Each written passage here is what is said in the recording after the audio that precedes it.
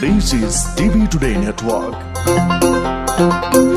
You are watching TV Today SD.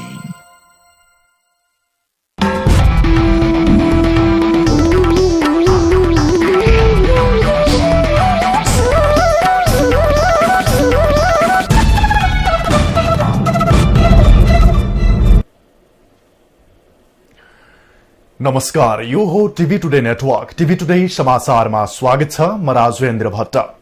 सुरु गरौं अहिलेसम्मका मुख्य समाचारबाट। पछिल्लो 24 घण्टामा नयाँ संक्रमित फेला नपरेको स्वास्थ्य मन्त्रालयको स्पष्टोक्ति। हालसम्म 47,000 बढीको नमूना परीक्षण, 89 जना आइसोलेसनमा। विवादास्पद अध्यादेशको निर्णयबाट मन्त्री परिषद पछि हट्यो। राष्ट्रपतिद्वारा दुवै अध्यादेश खारेज। लकडाउनको विषयमा भने अर्को बैठकमा छलफल हुने। नेपालमा विनाशकारी भूकम्प गएको 5 वर्ष पूरा। ध्वस्त भएका खरबौंका भौतिक संरचना अझै ठडिन सकेनन्। सम्पदा पुनर्निर्माणको अवस्था निराशाजनक। देशव्यापी लकडाउनका कारण पशुपालक कृषक प्रत्यक्ष मर्कामा। बजार बन्द हुँदा दुग्धजन्य पदार्थ बिक्री वितरणमा समस्या। दाना नहुँदा अझै कठिनाई। र कोभिड-19 का कारण विश्वभर 1,91,000 बढीको मृत्यु, 27,45,000 बढी संक्रमित। अमेरिकामा मात्रै 50,000 बढीको मृत्यु।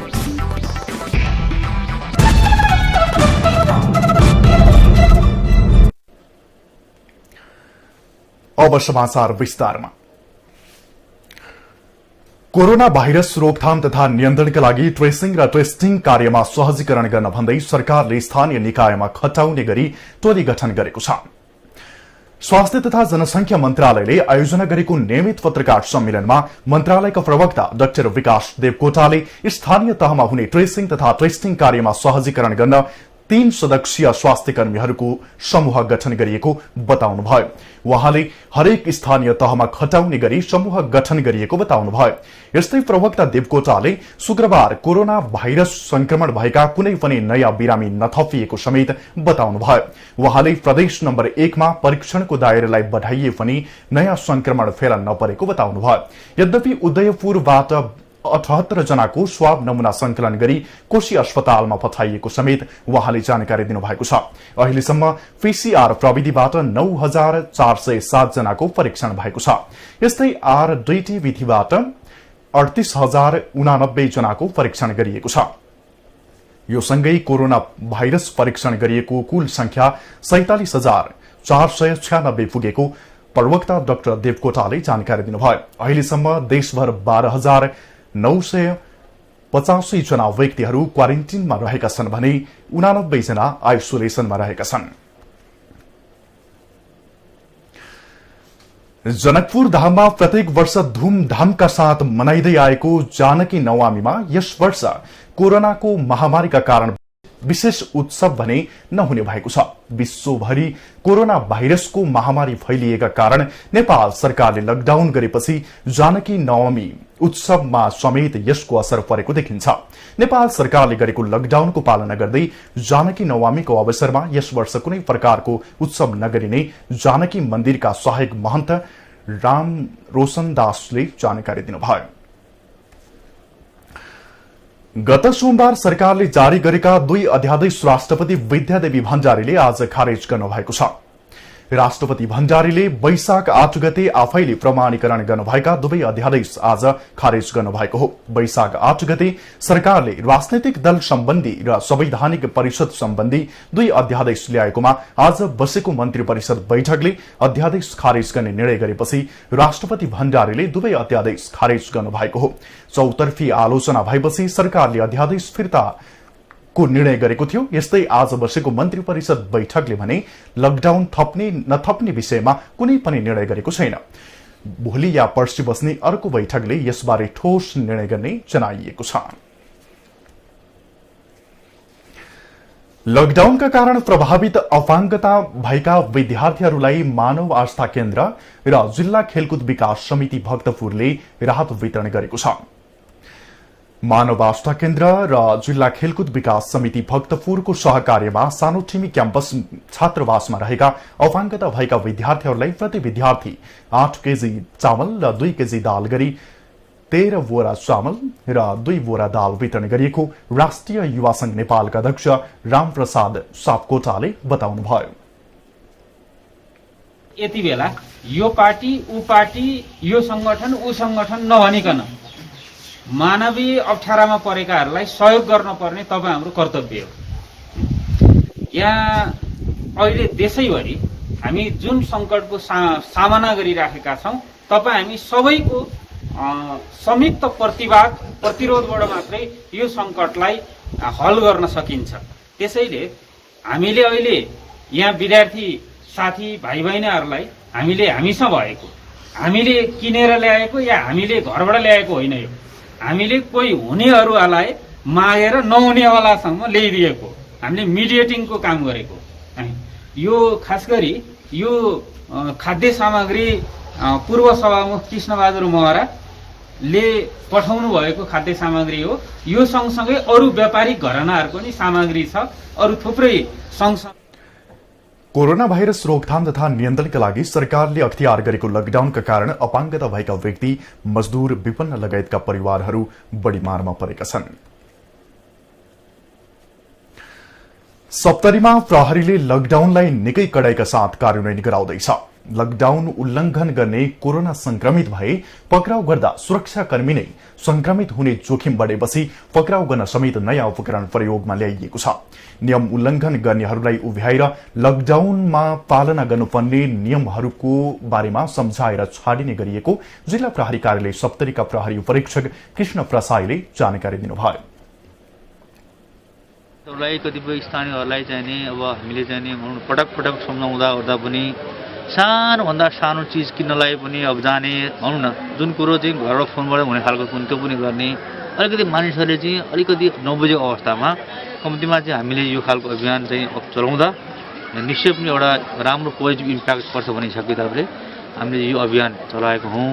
यो चाहिँ हाम्रो यसले गर्दा चाहिँ धेरै हदसम्म कन्ट्रोल चाहिँ। वर्तमान जोखिमपूर्ण अवस्थामा स्रोत साधनको अभाव रहेकोले स्थानीय स्तरमै सामाजिक दूरी कायम रहने गरी नियम उल्लंघन गर्ने व्यक्तिलाई नियन्त्रणमा लिनको लागि डिभाइस बनाएर प्रयोगमा ल्याएको समेत उहाँको भनाइ छ। जिल्ला प्रहरी कार्यालय माथतका सवारी साधन उपलब्ध भएका इकाइहरूमा उपकरण सहितको टोली परिचालन गरिएको सप्तरी प्रहरीले जनाएको छ। विक्रम सम्वत 2072 सालमा गोरखा केन्द्रबिन्दु भएर गएको भूकम्पको 5 वर्ष पूरा भएको छ। खरबौको नोक्सानी हुने गरी क्षति भएका भौतिक संरचनाहरूको पुनर्निर्माणको काम भूकम्प गएको 5 वर्ष पुग्दा समेत सम्पन्न हुन सकेको छैन। गोर्खा जिल्लाको बारपा केन्द्रबिन्दु भएर 7.8 म्याग्नेच्युडको भूकम्प गएको आज 5 वर्ष पूरा भएको छ। उक्त भूकम्पमा परि देशभर 8,790 मानिसको मृत्यु भएको थियो। यस्तै 20,000 भन्दा बढ़ी नागरिकहरू घाइते भएका थिए। भूकम्पबाट समग्रमा 32 जिल्लामा क्षति पुगेको थियो। भूकम्पबाट मानवीय क्षतिसँगै घर, विद्यालय, स्वास्थ्य संस्था, सम्पदा, सार्वजनिक भवन, सड़क, खानेपानी लगायतका पूर्वाधारमा खरबौं रुपैयाँ बराबरको क्षति भएको थियो। खरबौंको नोक्सानी हुने गरी क्षति भएका भौतिक संरचनाहरूको पुनर्निर्माणको काम भूकम्प गएको 5 वर्ष पुग्दा समेत सम्पन्न हुन सकेको छैन। राष्ट्रिय पुनर्निर्माण प्राधिकरणले अहिलेसम्म 4,94,044 निजी आवास निर्माण भइसकेको र 1,90,145 पुनर्निर्माणको चरणमा रहेको गरी 88% प्रगति भएको जनाएको छ। तर अझै पनि करिब 70,000 निजी आवासको प्रबलीकरणको काम भने बाँकी छ। यस्तै अहिलेसम्म 74% विद्यालय अर्थात 5,598 विद्यालयको पुनर्निर्माण सम्पन्न भएको र 1,492 विद्यालय पुनर्निर्माणको क्रममा रहेको प्राधिकरणले जनाएको छ। 1,197 क्षतिग्रस्त स्वास्थ्य संस्था मध्ये अहिलेसम्म 669 वटाको पुनर्निर्माण सम्पन्न भएको छ भने 145 पुनर्निर्माणको चरणमा छन्। 32 जिल्लामा क्षतिग्रस्त 920 सम्पदा मध्ये 402 वटाको मात्र पुनर्निर्माण सम्पन्न भएको छ भने 141 पुनर्निर्माणको चरणमा छन्। तर महत्वपूर्ण धरोहरहरू धरहरा, रानी पोखरी, काष्ठमण्डप, सिंहदरबार, नुवाकोट दरबार लगायतका सम्पदाहरूको पुनर्निर्माणको काम भने अझै बाँकी छ। यस्तै 762 किलोमिटर सड़क पुनर्निर्माण गर्नुपर्नेमा अहिलेसम्म 443 किलोमिटर सड़कको पुनर्निर्माण सम्पन्न भइसकेको छ। यस्तै खानेपानीतर्फ 1000 खानेपानी योजनाको पुनर्निर्माण सम्पन्न भएको छ भने 100 वटा पुनर्निर्माणको चरणमा रहेको प्राधिकरणले जनाएको छ। दार्चुलाको नौगाड गाउँपालिकाले कोरोना भाइरस रोकथामका लागि गरिएको लकडाउनका कारण समस्यामा परेका वर्गलाई राहत वितरण शुरू गरेको छ। गाउँपालिका क्षेत्रमा रहेका विपन्न, अति विपन्न, एकल महिला, अपाङ्गता भएका व्यक्ति तथा दैनिक ज्यालादारी गरी खाने मजदूरहरूको तथ्याङ्क संकलन गरी शुक्रबारदेखि राहत वितरण शुरू गरेको गाउँपालिकाका अध्यक्ष प्रेम सिंह धामीले जानकारी दिनुभयो। पहिलो चरण अन्तर्गत अति विपन्न 86 परिवार मध्ये 59 परिवारलाई प्रति परिवार 50 किलो चामल, 3 किलो दाल, तेल लगायतको राहत वितरण गरिएको र बाँकीलाई शनिबार वितरण गरिने अध्यक्ष धामीको भनाइ छ। यस्तै दोस्रो चरण अन्तर्गत 650 परिवारलाई केही दिनभित्रै राहत वितरण गर्ने गाउँपालिकाले जनाएको छ। चैत्र 11 गतेदेखि जारी कोरोना भाइरस संक्रमण रोक्न गरिएको लकडाउन वैशाख 12 गतेसम्म आइपुग्दा 32औं दिन पुगेको छ। सरकारले लकडाउन वैशाख 15 गतेसम्म थपिसकेको छ। पछिल्लो समय कोरोना संक्रमितको संख्या बढ्दै गएपछि लकडाउनमा थप कडाई समेत गरिएको छ। कोरोना भाइरस संक्रमणका कारण हुन सक्ने सम्भावित महामारी र जोखिम न्यूनीकरण गर्न सरकारले लगाएको लकडाउनको आज 32औं दिन। नेपालमा कोरोना संक्रमणको जोखिम बढेपछि सरकारले गत चैत 11 गतेबाट लकडाउन जारी गरेको थियो। चैत 11 गते बिहान 6 बजेबाट शुरू हुने गरी जारी गरिएको लकडाउनको समय पटक पटक थप भएर वैशाख 15 गतेसम्म पुर्याइएको छ। लकडाउनमा अत्यावश्यक र 5 वाहक सवारी बाहेक अन्य साधनहरू सञ्चालन भएका छैनन्। अत्यावश्यक काम बाहेक बाहिर हिडडुल गर्नेलाई प्रहरीले नियन्त्रणमा लिएर केही समय होल्ड गर्ने नीति लिएको छ। ठाउँ ठाउँमा प्रहरीले चेक जाँचलाई कडाई गरेको छ।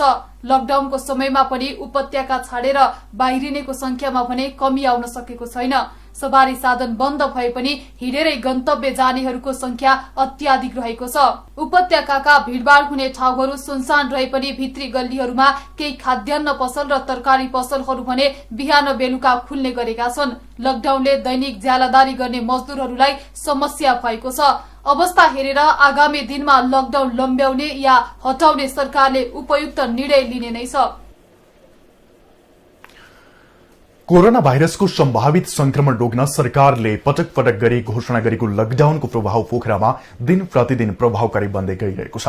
गण्डकी प्रदेशको राजधानी समेत रहेको पोखरामा शुरूको दिनको तुलनामा 32औं दिनसम्म आइपुग्दा लकडाउन झनै प्रभावकारी बन्दै गएको हो। घरबाट बाहिर निस्कनेको क्रम पनि घट्दै गएको छ भने आवत जावत गर्ने सर्वसाधारणलाई सुरक्षाकर्मीले सचेत बनाउँदै घर फिर्ता गर्ने गरेका छन्। हामीले मेन राजमार्ग लगायत मेन बस्तीहरू जहाँ चाहिँ बढी यो लकडाउनको उल्लङ्घन हुन सक्छ त्यो एरिया केन्द्रित गरेर ड्युटी खटाउने हो। यद्यपि त्यो हुँदा हुँदै पनि हामीले त्यस्ता ठाउँहरू जहाँ चाहिँ अब भित्री गल्लीहरू हुन्छ, गाउँहरू हुन्छ, त्यहाँ पनि नियमित गस्ती गाडीद्वारा, पैदल यो विभिन्न माध्यमबाट चाहिँ हामीले गस्ती गरेर यो कार्यान्वयन गराउने गरेकै छौँ। र म फेरि पनि के भन्छु भन्दाखेरि यो प्रहरीको मात्र ड्युटी होइन, यो चाहिँ त्यहाँको चाहिँ स्थानीय निर्वाचित जनप्रतिनिधिको पनि ड्युटी हो, विभिन्न संस्थाको पनि ड्युटी हो, सम्पूर्ण व्यवसायीहरूको पनि ड्युटी हो र समग्रमा भन्नुपर्दा आम नागरिक सबैको ड्युटी हो। यता लकडाउनको बेलामा महानगरपालिकामा बस्दै आएका दैनिक ज्याला मजदुरी गरेर जीविकोपार्जन गर्ने मजदूर भोकै नपरुन् भनेर पोखरा महानगरले खाना पकाएर घरमै पुर्याउने व्यवस्था समेत गरेको जनाएको छ। त्यसबाट अहिले आक्रान्त भइरहेको छ र यो अहिले पोखरा सुरक्षित छ। अहिलेसम्म पोखरा कम्तीमा पनि संक्रमित अहिलेसम्म एउटा पनि देखिएको छैन। अब अझै बाँकी दिनमा पनि नदेखाउनुको लागि यहाँहरूको जुन महत्त्वपूर्ण भूमिका रहेको छ, यहाँलाई झिजो लाग्यो होला, मान्छे चाहिँ बाहिर नआइज भनेर आएको छ, जहाँ भनेर गाली गरेको छ। यसले पुलिसले हामीलाई उस्तै पऱ्यो भने कि अपराधी नै हो क्या भनेर लखेटेको छ भनेर नि भने होला नै। यस्तो हुँदाखेरि पनि नागरिकैलाई गरेको हो भन्ने कुरा हाम्रो एसपी साहबै गएर बेला बेलामा अस्ति एक दिन बुद्ध चोकमा पनि क्लास दिइराख्नु हो है। यो खालि यो सबै लागेको कारणले यो भएको हुन्छ है। मैले अहिले सबै लागेको कारणले र नागरिकहरूले पनि अझै आत्मसात गरिदिनु हो। पोखरामा अहिलेसम्म कोरोना संक्रमण देखिएको छैन। आगामी दिनमा पनि पोखरालाई सुरक्षित राख्न नागरिकलाई घरभित्रै रहन महानगरले आग्रह गरेको छ। लकडाउनका कारण काठमाडौँ उपत्यकामा रहेका विश्व सम्पदा सूचीमा सूचीकृत सम्पदाहरूको पुनर्निर्माण रोकिएको छ। सरकारले राष्ट्रिय गौरवका योजनाहरूको निर्माण कार्य मजदूरको सुरक्षाको प्रत्याभूति गरी काम शुरू गर्ने बताए पनि विश्व सम्पदा सूचीमा सूचीकृत सम्पदाहरूको पुनर्निर्माणको कामले भने गति लिन सकेको छैन। आजभन्दा ठिक 5 वर्ष पहिले विक्रम सम्वत 2072 साल वैशाख 12 गते विनाशकारी भूकम्प गएको दिन। विनाशकारी भूकम्पले नेपालका विभिन्न ऐतिहासिक सम्पदालाई समेत क्षत बनाएको थियो।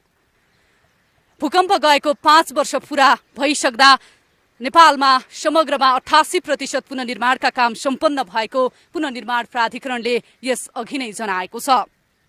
दर्शकवृन्द, आज हामी भूकम्पले क्षत बनाएको रानी पोखरीमा रहेका छौं।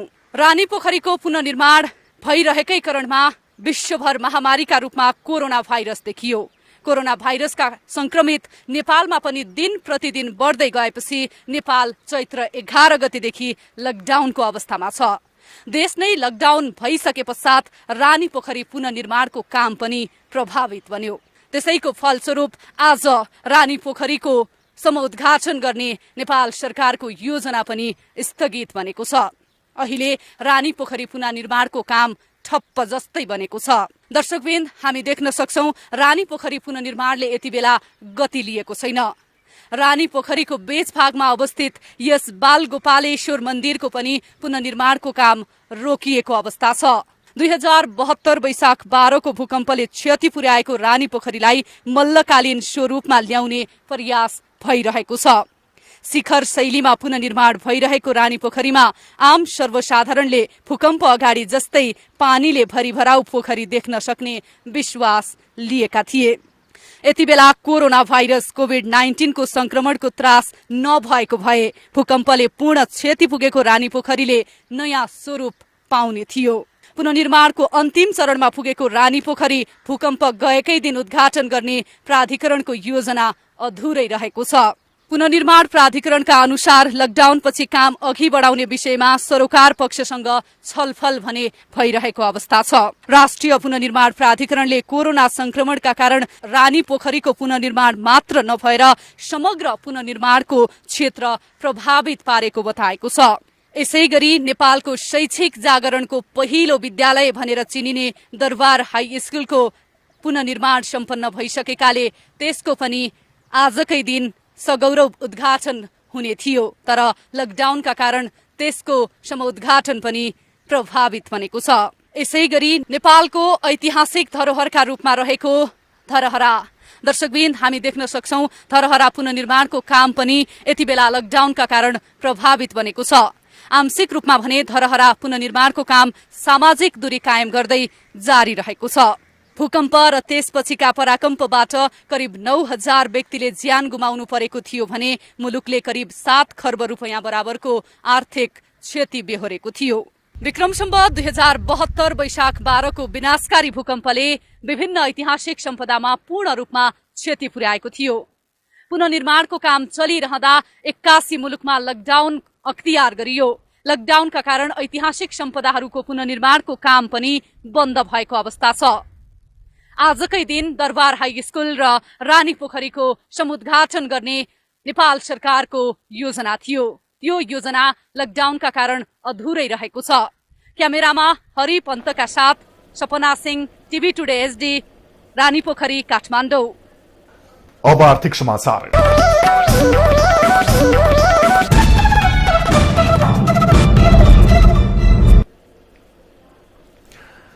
विश्वव्यापी महामारीको रूपमा फैलिएको कोरोना भाइरस कोभिड-19 को संक्रमण फैलन नदिनको लागि सरकारले लागू गरेको लकडाउनका कारण पशुपालक कृषक पनि मारमा परेका छन्।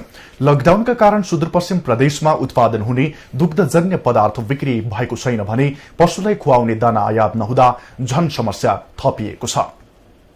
कञ्चनपुरको कृष्णपुर नगरपालिका वडा नम्बर 6 मा अवस्थित तारा भैंसी फर्मका सञ्चालक तारादेवी भट्टले दूध दुहेर भैँसीलाई नै खुवाउन बाध्य भएको गुनासो गर्नुहुन्छ। यसअघि दैनिक 25 देखि 30 लिटरसम्म दूध बिक्री हुने गरेकोमा लकडाउन पश्चात दूध उत्पादन भए पनि बिक्री गर्न समस्या भइरहेको भट्टको गुनासो छ। दूध दिने भैँसीले धेरै दूध घटाइसक्यो, भएको दूध पनि उत्पादन भएको दूध पनि बिक्री गर्नलाई अलि धेरै अप्ठ्यारो भएको हुनाले अलि समस्यामा परिरहेछौँ हामी किसानहरू। लकडाउन जल्दी खुलेपछि अलि सहायता हुन्थ्यो कि केही ब्रान्ड पाइन्थ्यो कि अनि भुसा परालको लागि केही व्यवस्था हुन्थ्यो कि भनेर त्यही पर्खाइमा बसिरहेछौँ हामीहरू पनि। कृष्णपुर नगरपालिका 5 मा रहेको हरियाली दुग्ध डेरी तथा संकलन केन्द्रका सञ्चालक गोपाल दत्त भट्टको पनि उस्तै गुनासो छ। लकडाउनका कारण अहिले दुग्धजन्य पदार्थ बिक्री वितरण रोकिएकाले मारमा परेका छौं। घाटा छ, अब जम्मै दूध फाल्नुपर्छ। 3-4 दिन भन्दा पछि राख्यो भने बिग्रिहाल्छ। हामीसित ठुलो साधन छैनन् अहिले, अब ल्याउने भन्ने तर्करमा थिए, अब त्यो अर्डर गरेको आउनै पाएको छैन, जहाँको त्यहीँ रोकिया छ। केही अब यसको लागि हामी अब यो साधारण उद्यम गर्ने मान्छेहरूलाई केही सहयोगको व्यवस्था यसले गरिदिनु पर्यो, सरकारले हेरिदिनु पर्यो। अब पिछलेका हामी त धेरै मार्गमा पऱ्यो। एक त यो नयाँ स्थापना गरेको नयाँको उसमा हामीले ट्याक्कै अब राम्रो चलिरहेको थियो, हाम्रो 150 लिटर दैनिक खपत हुन्थ्यो। अब अहिले आएर हामी 8-10 लिटर पनि अब त्यही घरका बुढापाकाहरू बिरामीहरू। यता कैलालीको अत्तरियामा रहेको धनगढी दुग्ध वितरण आयोजनाले पनि यस अघि दैनिक 7000 लिटरको हाराहारीमा दूध संकलन हुनेमा अहिले लकडाउनका कारण बिक्रीका लागि बजार नखुलेपछि समस्या भएको जनाएको छ। हाम्रो यो दुग्ध व्यवसाय अथवा यो दुग्ध क्षेत्रमा आबद्ध किसान व्यवसायीहरूलाई चाहिँ निकै यसमा चाहिँ असर गरेको छ। त्यो लकडाउन लगत्तै हाम्रो पनि संकलनमा जुन पहिला 7000 लिटर दैनिक संकलन हुने गरेको थियो, पछि आएर त्यो लकडाउनको सुरु हुने बित्तिकै हाम्रो चाहिँ संकलन पनि लगभग हाम्रो 80% त्यो ह्रास आयो। अब किसान दाजुभाइ आफै पनि संकलन गर्न डराउनु भयो। त्यसको अरू कारणमा चाहिँ स्थानीय निकायले पनि अब मुभमेन्टमा मानिसहरूको मुभमेन्टमा त्यो बन्देज गरेको कारणले गर्दाखेरि संकलन सहज रूपमा हुन सकेन र अहिले चाहिँ हाम्रो जुन अन्तरायोजना कारोबार हुने गरेको थियो त्यो चाहिँ ठप्पै भएको छ र अहिले चाहिँ अब खपत पनि अब यो स्थानीय बजारमा खपत पनि घटेको हुनाले किराना पसलहरू अब सबै अब व्यवसायहरू पनि होटल रेस्टुरेन्टहरू पनि बन्द भएको कारणले गर्दा पनि स्कुलहरू पनि बन्द भएको कारणले गर्दा पनि हाम्रो यहाँ पनि लोकल खपत पनि निकै घटेको छ। कोरोना भाइरसको संक्रमण भयावह बन्न नदिन सरकारले अख्तियार गरेको लकडाउनका कारण पशुपालन व्यवसाय संकटमा पर्न थालेको छ। तसर्थ यसतर्फ सम्बन्धित निकायको ध्यान जाओस्। कैलालीबाट अनिल पन्तको रिपोर्ट। लकडाउनको समयमा हुने गरेको कालोबजारी, कृत्रिम अभाव, मूल्य वृद्धि रोकथामका लागि दैलेखको चामुण्डा मिद्रासैनी नगरपालिका भित्रका बजारको अनुगमन हुने भएको छ। नगर क्षेत्रका बजारमा दैनिक उपभोग्य वस्तुमा कालोबजारी हुन नदिन नगर उद्योग वाणिज्य संघको छलफलमा प्रमुख सूर्य बहादुर शाहीले सो निर्णय गर्नुभएको हो। नगरपालिकाका निमित्त प्रमुख प्रशासकीय अधिकृत तिलक विकले कोरोनाको विषम परिस्थितिमा पनि कसैले कालोबजारी गरेको पाइए कानून बमोजिम कार्यवाही गर्ने बताउनुभयो। बढी मूल्य दिएर सामान बेचेको तथा खाद्यान्न बेच्ने न्यूमा अन्य चुरोट जस्ता चिजहरू बेचेको भन्ने कुरा अहिलेसम्म इन्फर्मेसन चाहिँ हामी कहाँ आइपुगेको छैन।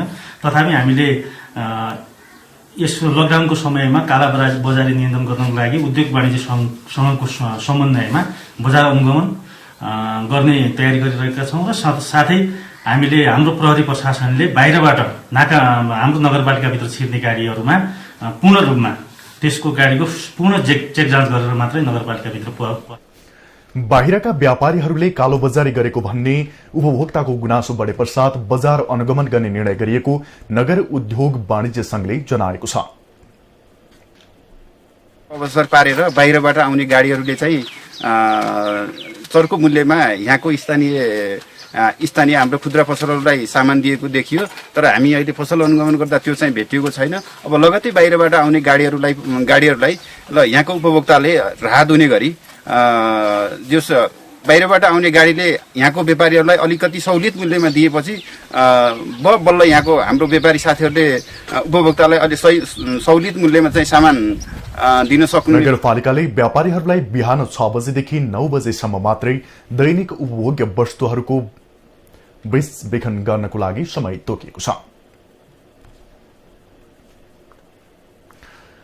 अब अन्तर्राष्ट्रिय समाचार।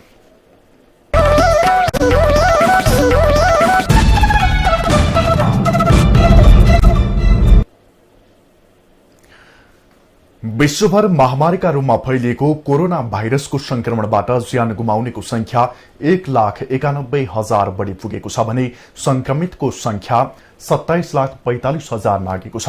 संक्रमित मध्ये 7,55,000 बढ़ी उपचारपछि निको भएर घर फर्किएका छन्। उपचाररत मध्ये 58,678 को अवस्था चिन्ताजनक छ। चीनको वुहानबाट शुरू भएको कोरोनाको संक्रमणले सबैभन्दा धेरै प्रभाव अमेरिकामा पारेको छ। कोरोना भाइरस संकटले अमेरिकी समाजमा गहिरो प्रभाव पारिरहेको छ। हालसम्म अमेरिकामा भाइरसका कारण 50,000 बढ़ीको मृत्यु भएको छ। समाचार सकियो। समाचारबाट बिदा लिनु पूर्व मुख्य समाचार फेरि एकपटक।